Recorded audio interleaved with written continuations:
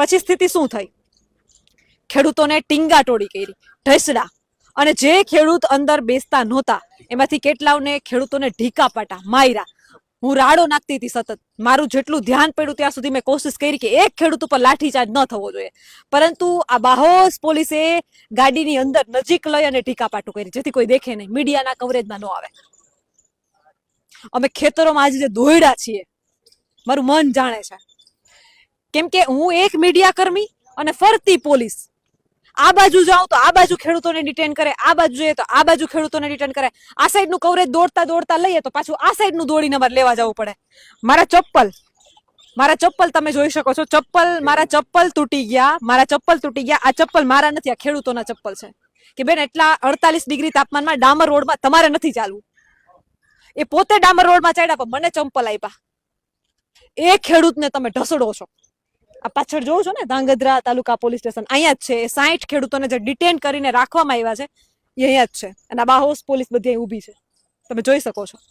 શું સ્થિતિ શું થઈ હતી પેલા તો મને એ જણાવો કે જે ઢીકાપાટું માર્યા છે, જે તમને ડિટેન કર્યા, રામધૂન શાંતિથી બોલાવતા હતા, આપણે લાઈવમાં પણ જોયું, તો શું કામ એને ઉપાડવા પડે? એવી શું ચોરી છે? ઈટાચીને બધું બંધ કરી દેવામાં આવ્યું હતું, શાંતિ હતી, તો શું કામ પોલીસની આ થ્રેટ? ક્યાં કોને છાવ રહે છે?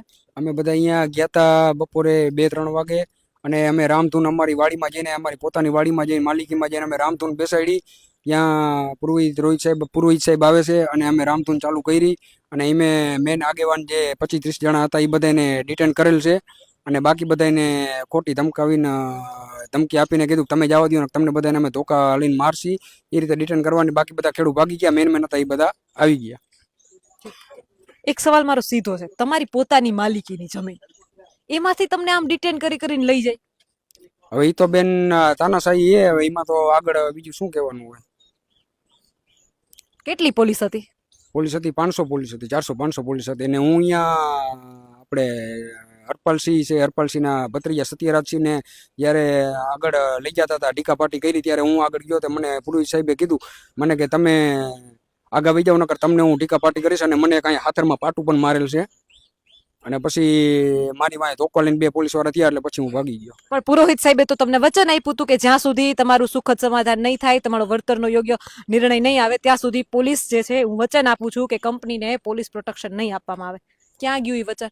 હવે એ વચન તો હવે સાહેબને ખબર હોય ક્યાં ગયું. તમે પુરોહિત સાહેબ પાસે જવાબ નથી માંગ્યા? જવાબ માંગ્યા પણ એ કઈ જવાબ દેતા નથી સરખો. એ તો મીડિયાએ પણ જવાબ માંગ્યો સુરેન્દ્રનગરની પોલીસ પાસે, એની પાસે કોઈ જવાબ નથી.